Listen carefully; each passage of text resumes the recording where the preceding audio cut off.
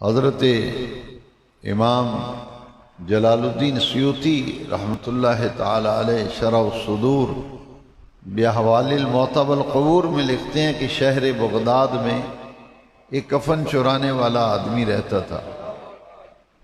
جب بھی کوئی جنازہ ہوتا وہ جنازہ بھی پڑھتا اور رات کو جا کے اس کفن چوری کر لیتا اور پھر بیچ دیتا۔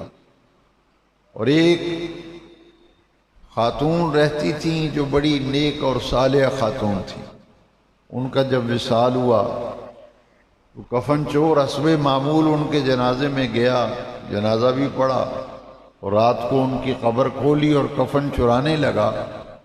امام سیوطی لکھتے ہیں کہ اس کفن چور نے جب کفن کو ہاتھ ڈالا تو مائی صاحبہ نے اس کا ہاتھ پکڑ لیا اور فرمایا کہ شرم نہیں آتی جنتی ہو کہ جنتی کا کفن چرا رہے ہو؟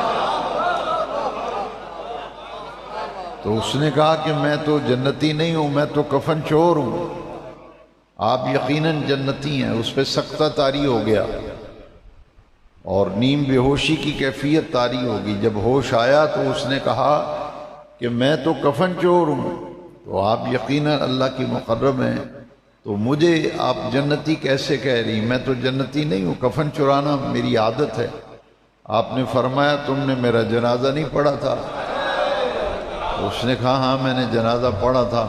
فرمایا جب میرا جنازہ ہو رہا تھا تو ندا آ رہی تھی کہ جتنے لوگ پڑھنے کے لیے آئے ہیں مائی صاحبہ کی وجہ سے سب کی بخشش ہو گئی۔